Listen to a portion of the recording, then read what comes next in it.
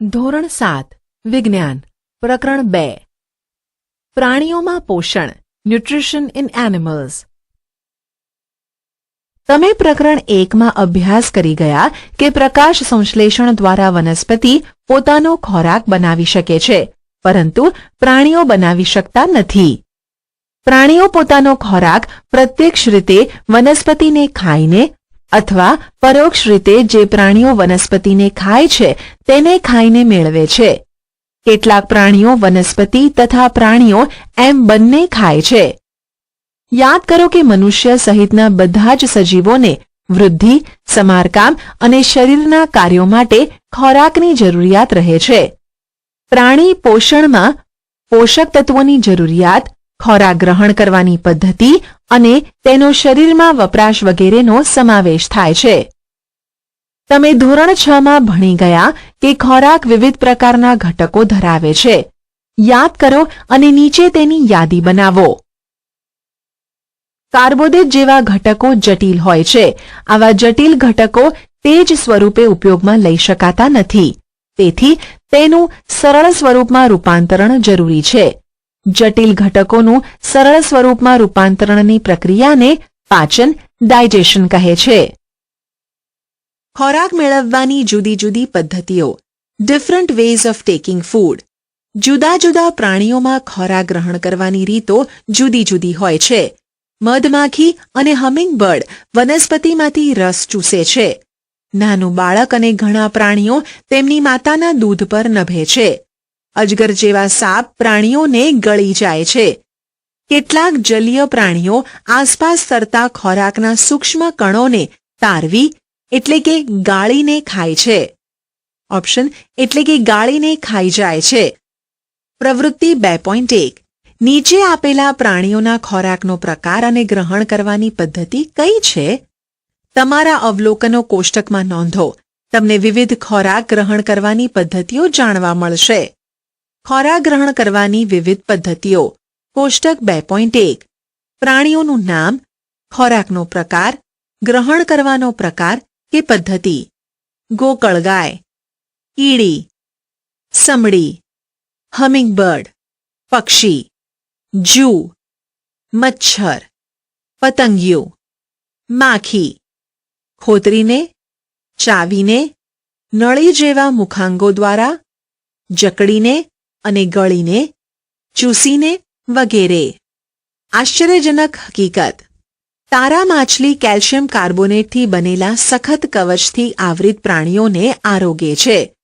પ્રાણીના કવચને ખોલીને તારા માછલી પોતાના જઠરનો ભાગ મોં દ્વારા બહાર કાઢીને નરમ પ્રાણીને ખાય છે. જઠર પછી શરીરમાં પાછું જાય છે અને પાચનની ક્રિયા શરૂ થાય છે. મનુષ્યમાં પાચન ડાયજેશન ઇન હ્યુમન્સ. આપણે ખોરાક મોં દ્વારા ગ્રહણ કરીએ છીએ. પાચન અને તેનો વપરાશ કરીએ છીએ.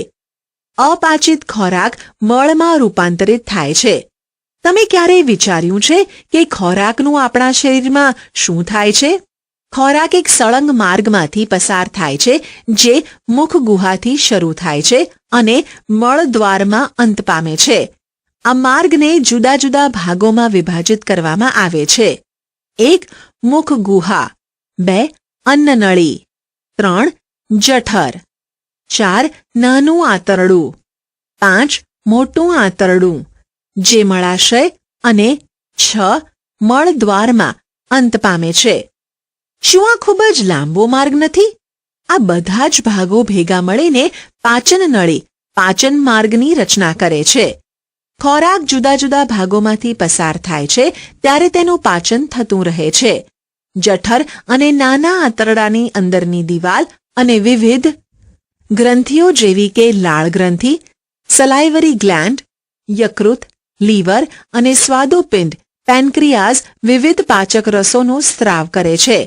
આ પાચક રસો જટિલ ઘટકોનું સરળ ઘટકોમાં રૂપાંતરણ કરે છે.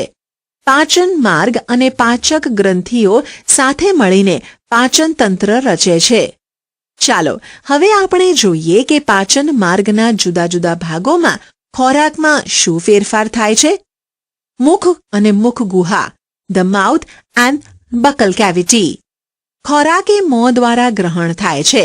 ખોરાકને શરીરની અંદર લેવાની પ્રક્રિયાને અંતઃગ્રહણ ઇન્જેશન કહેવાય છે. આપણે દાંત દ્વારા ખોરાક ચાવીએ છીએ અને તેને યાંત્રિક રીતે નાના ટુકડાઓમાં ફેરવીએ છીએ. દરેક દાંતના મૂળ એ પેઢામાં અલગ ખાડામાં હોય છે. આપણા દાંત દેખાવમાં જુદા જુદા હોય છે અને કાર્યો પણ જુદા જુદા કરે છે. તે મુજબ તેમને જુદા જુદા નામ અપાયેલ છે.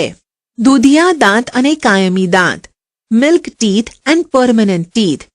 શું તમને થોડા વર્ષ પહેલા તમારા દાંત પડી ગયેલા યાદ છે? પ્રથમ સમૂહના દાંત શૈશવકાળ દરમિયાન વિકાસ પામે છે અને 6 થી 8 વર્ષની ઉંમરે પડી જાય છે. તેઓને દૂધિયા દાંત મિલ્ક ટીથ કહે છે. તેની જગ્યાએ કાયમી દાંત આવે છે. કાયમી દાંત પરમનન્ટ ટીથ જીવનકાળ દરમિયાન રહે છે અથવા તો ઉંમર થતાં અને દાંતનો રોગ થતાં પડી જાય છે. બૂજો અત્યંત ગૂંચળામય નાના આંતરડાને જોઈને મોહિત થઈ જાય છે. તેને આંતરડાની લંબાઈ જાણવી છે. શું તમે અનુમાન લગાવી શકો? અમે પાના નંબર 6 પર તેની અંદાજિત લંબાઈ આપેલી છે. વિચારો, આપણા શરીરમાં આટલી લાંબી રચના નાની જગ્યામાં કેવી રીતે સમાઈ શકે? પ્રવૃત્તિ 2.2. તમારા હાથ ધુઓ. અરીસામાં જોઈને તમારા દાંત ગણો. તમારા દાંતને અનુભવવા તર્જનીનો ઉપયોગ કરો. તમને કેટલા પ્રકારના દાંત જોવા મળે છે? સફરજન અથવા બ્રેડનો એક ટુકડો લો અને આરોગો. બચકું ભરવા, કાપવા માટે તમે કયા દાંતનો ઉપયોગ કરો છો? વેધવા કે ચીરવા અને ફાડવા માટે કયા દાંત ઉપયોગમાં લેશો? સાથે સાથે ચાવવા અને ભરડવા કે દળવા માટે કયા દાંત વાપરો છો તે પણ શોધો. તમારા અવલોકનો કોષ્ટક 2.2 માં નોંધો. કોષ્ટક 2.2. દાંતનો પ્રકાર, દાંતની સંખ્યા, નીચલું જડબું, ઉપલું જડબું, કુલ, કાપવા અને બચકું ભરવા, ચીરવા અને ફાડવા, ચાવવા અને ભરડવા. આપણું મોં લાળ ગ્રંથિ ધરાવે છે, જેમાંથી લાળ સ્ત્રવે છે. શું તમે ખોરાક પર લાળની અસર જાણો છો? ચાલો જાણીએ. પ્રવૃત્તિ 2.3. 2 કસનળી લો. તેને A અને B નોંધો. કસનળી A માં 1 ચમચી ઉકાળેલા ચોખા નાખો. ઉકાળેલા ચોખાને 3 કે 5 મિનિટ ચાવ્યા પછી કસનળી B માં નાખો. બંને કસનળીમાં 3 થી 4 મિલીલીટર પાણી નાખો. બંને કસનળીમાં 2-3 ટીપા આયોડીન નાખો અને અવલોકન કરો. બંને કસનળીમાં રંગમાં ફેરફાર શા માટે જોવા મળે છે? તમારા પરિણામ સહપાઠી અને શિક્ષક સાથે ચર્ચો. લાળ, સલાઈવા એ સ્ટાર્ચનું સરળ શર્કરામાં રૂપાંતરણ કરે છે. જીભ એ મુખ ગુહાના પાછળના તળિયે જોડાયેલ માંસલ અંગ છે. તે આગળના છેડે મુક્ત છે અને કોઈ પણ દિશામાં હલનચલન કરી શકે છે. શું તમે જીભના કાર્યો જાણો છો? આપણે વાત કરવા માટે જીભનો ઉપયોગ કરીએ છીએ. તે ચાવતી વખતે ખોરાક સાથે લાળ રસ ભેળવવા ઉપરાંત ખોરાકને ગળવાની ક્રિયામાં પણ મદદ કરે છે. જીભ દ્વારા આપણે સ્વાદની પરખ પણ કરીએ છીએ. તેની પર રસાંકુરો આવેલા છે જેનાથી સ્વાદની પરખ થઈ શકે છે.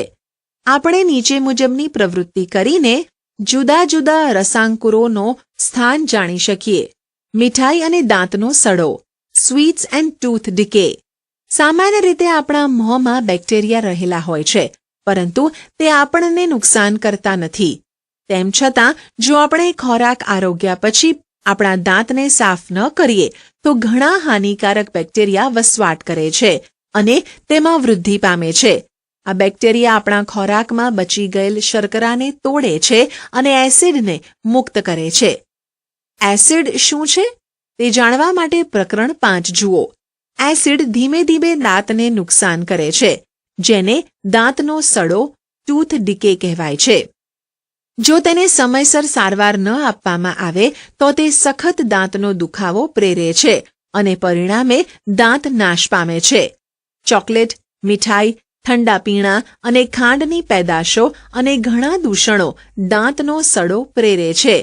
આથી દરેકે બ્રશ, દાંતણ અથવા દંતબાલ એક ખાસ પ્રકારની દોરી જે બે દાંત વચ્ચે ભરાયેલ ખોરાકને બહાર કાઢે છે દ્વારા ઓછામાં ઓછા દિવસમાં 2 વાર દાંત સ્વચ્છ કરવા જોઈએ અને દરેક ભોજન પછી મોં ચોખ્ખા પાણીથી ધોઈ નાખવું જોઈએ. સાથે સાથે કોઈએ પોતાની ગંદી આંગળીઓ કે ધોયા વગરના પદાર્થો મોંની અંદર નાખવા ન જોઈએ.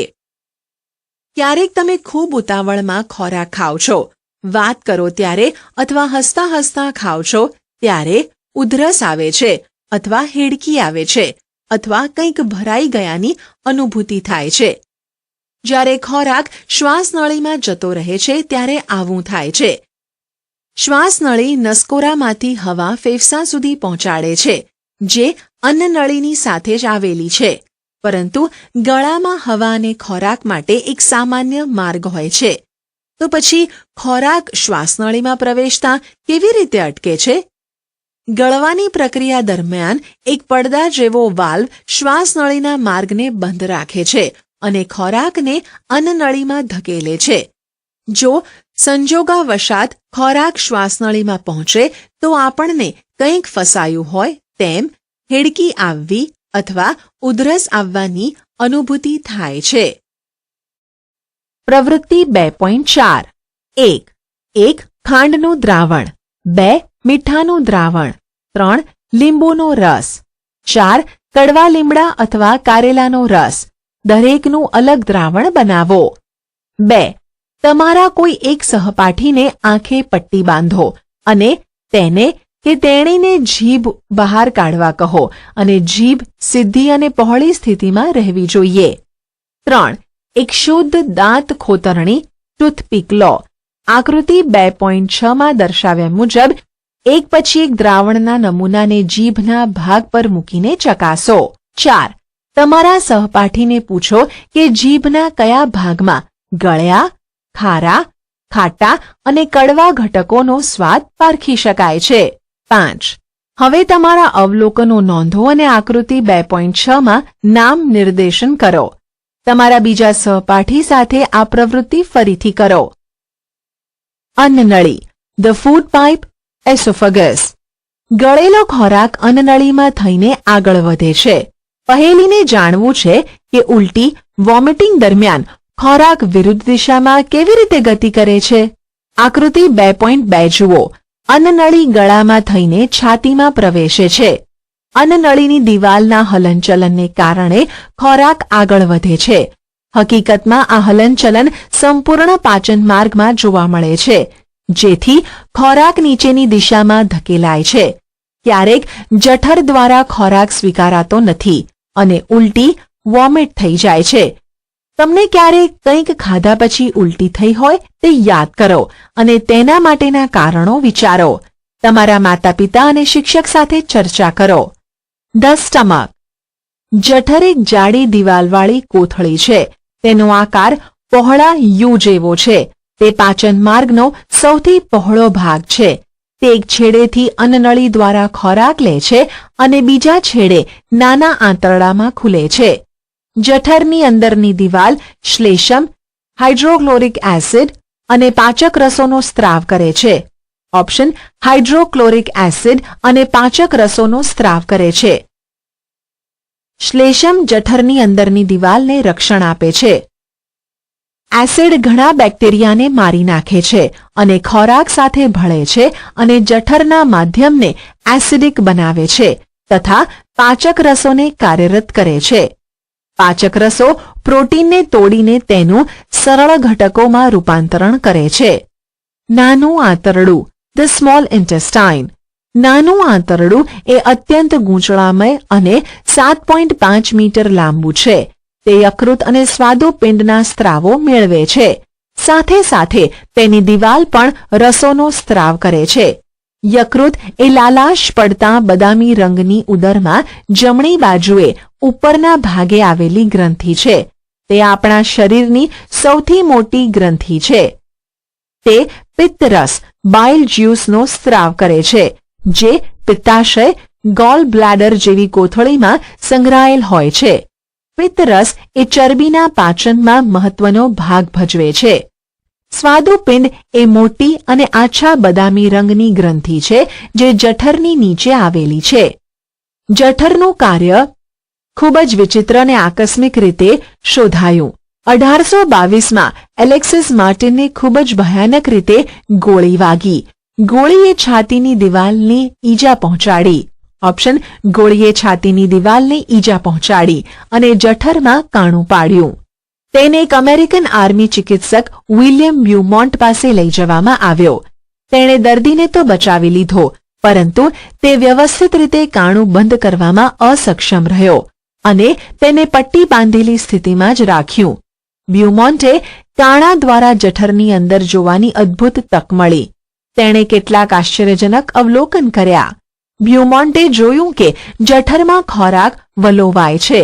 તેની દિવાલમાંથી એવું પ્રવાહી સ્રવે છે જે ખોરાકનું પાચન કરે છે. તેણે એ પણ જોયું કે જઠરમાં પાચન પૂર્ણ થયા બાદ ખોરાક જઠરના અંતના ખુલ્લા માર્ગ વાટે માત્ર નાના આંતરડામાં પહોંચે છે. સ્વાદુ રસ કાર્બોદિત, પ્રોટીન અને ચરબી પર કાર્ય કરી તેને સરળ સ્વરૂપમાં રૂપાંતરિત કરે છે. અંશતઃ પાચિત ખોરાક હવે નાના આંતરડાના નીચેના ભાગમાં પહોંચે છે કે જ્યાં નાના આંતરડાના પાચક રસો ખોરાકના બધા જ ઘટકોનું પાચન પૂર્ણ કરે છે. કાર્બોદિતોનું પાચન થઈ તે ગ્લુકોઝ જેવી સરળ શર્કરામાં, ચરબીનું પાચન થઈ તે ફેટી એસિડ અને ગ્લિસરોલ તથા પ્રોટીનનું પાચન થઈ તે એમિનો એસિડમાં ફેરવાય છે. નાના આંતરડામાં શોષણ absorption in the small intestine. હવે પાચિત ખોરાક નાના આંતરડાની દિવાલની રુધિર વાહિનીમાંથી પસાર થાય છે, જેને શોષણ એબ્સોર્પ્શન કહેવાય છે. નાના આંતરડાની અંદરની દિવાલમાં હજારો આંગળીઓ જેવા નાના પ્રવર્ધો જોવા મળે છે, જેને રસાંકુરો વિલી કહે છે.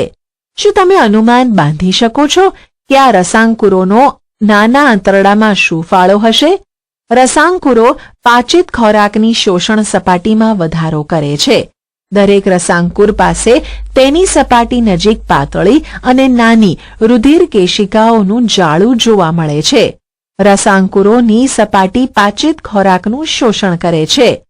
શોષાયેલ ખોરાક રુધિર વાહિનીઓ દ્વારા શરીરના વિવિધ અંગો સુધી પહોંચે છે, જ્યાં તે શરીર માટે જરૂરી પ્રોટીન જેવા જટિલ ઘટકોના બંધારણમાં વપરાય છે, જેને અભિશોષણ એસિમિલેશન કહે છે. કોષોમાં ગ્લુકોઝ ઓક્સિજન દ્વારા તૂટે છે અને કાર્બન ડાયોક્સાઇડ અને પાણી ઉત્પન્ન થાય છે અને શક્તિ છૂટી પડે છે. જે ખોરાક અપાચિત અને વણશોષાયેલ છે તે મોટા આંતરડામાં જાય છે. મોટું આંતરડું લાર્જ ઇન્ટેસ્ટાઇન. મોટું આંતરડું એ નાના આંતરડા કરતાં પહોળું અને ટૂંકું હોય છે. તે આશરે 1.5 મીટર જેટલું લાંબુ હોય છે. તે અપાચિત ખોરાકમાંથી પાણી અને કેટલાક ક્ષારોનું શોષણ કરવાનું કાર્ય કરે છે. બાકી રહેલ કચરો એ મળાશયમાં જાય છે અને તેમાં અર્ધપાચિત મળ સ્વરૂપે રહે છે. આ મળદ્વાર દ્વારા સમયાંતરે નિકાલ પામે છે, જેને મળત્યાગ ઇજેશન કહે છે. ઘાસ ખાતા પ્રાણીઓમાં પાચન. Digestion in grass eating animals. શું તમે ગાય, ભેંસ કે બીજા ઘાસ ખાનારા પ્રાણીઓને સતત ચાવતા જોયા છે, ત્યારે પણ જ્યારે તેઓ ખાતા ન હોય? હકીકતમાં તેઓ ખૂબ જ ઝડપથી ઘાસ ગળી જાય છે અને આમાશય રૂમેન નામના જઠરના અમુક ભાગમાં સંગ્રહે છે. અહીં ખોરાક અર્ધપાચિત હોય છે અને જેને વાગોળ, કડ, જઠરમાંથી પાછો જતો ખોરાક કહે છે. પરંતુ પછી વાગોળ, કડ નાના ગોળકોના સ્વરૂપમાં મોંમાં પાછો આવે છે અને પ્રાણીઓ તેને ચાવે છે. આ પ્રક્રિયાને વાગોળવું રૂમિનેશન અને આવા પ્રાણીઓને વાગોળનાર રૂમિનન્ટ કહે છે. ઝાડા ડાયરિયા. ક્યારેક તમે અનુભવ્યું હશે કે પાણી જેવું પ્રવાહી મળ વારંવાર નીકળે છે. આ પરિસ્થિતિને ઝાડા કહે છે. તે સામાન્ય રીતે ચેપ, ફૂડ પોઈઝનિંગ અથવા તો અપચાને કારણે હોઈ શકે છે.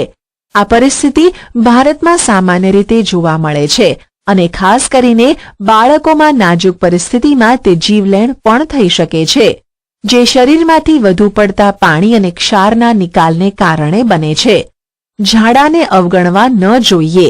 ડોક્ટરની સલાહ લીધા અગાઉ પણ દર્દીને પુષ્કળ ઉકાળીને ઠંડા કરેલ પાણીમાં મીઠું કે ખાંડ ઓગાળીને આપવું જોઈએ, જેને મૌખિક રિહાઇડ્રેશન દ્રાવણ ઓરલ રિહાઇડ્રેશન સોલ્યુશન ORS કહે છે. પહેલીને જાણવું છે કે શા માટે આ પ્રાણીઓ જ્યારે ખોરાક લે છે ત્યારે બરાબર ચાવી શકતા નથી. બૂજોને જાણવું છે કે શા માટે જેમ પશુ સેલ્યુલોઝનું પાચન કરી શકે છે તેમ આપણે કરી શકતા નથી. ઘાસ એ સેલ્યુલોઝથી ભરપૂર કાર્બોદિત છે. મનુષ્ય સહિતના ઘણા પ્રાણીઓ સેલ્યુલોઝનું પાચન કરી શકતા નથી. વાગોળનાર પ્રાણીઓ પાસે નાના અને મોટા આંતરડા વચ્ચે કોથળી જેવી રચના આવેલી છે, જેને અંધ્યાંત્ર કહે છે. અહીં સેલ્યુલોઝનું પાચન કેટલાક બેક્ટેરિયા દ્વારા થાય છે, જે મનુષ્યમાં આવેલા હોતા નથી. તમે ઘણા પ્રાણીઓ જે પાચનતંત્ર ધરાવે છે તેના વિશે અભ્યાસ કર્યો છે, પરંતુ ઘણા નાના સજીવો છે જે મુખ કે પાચનતંત્ર ધરાવતા નથી. તો પછી તે કેવી રીતે ખોરાક મેળવે છે અને પાચન કરે છે? હવે પછીના વિભાગમાં ખોરાક મેળવવા માટેની અન્ય રસપ્રદ પદ્ધતિઓનો અભ્યાસ કરીશું. અમીબામાં ખોરાક ગ્રહણ અને પાચન. Feeding and digestion in amoeba.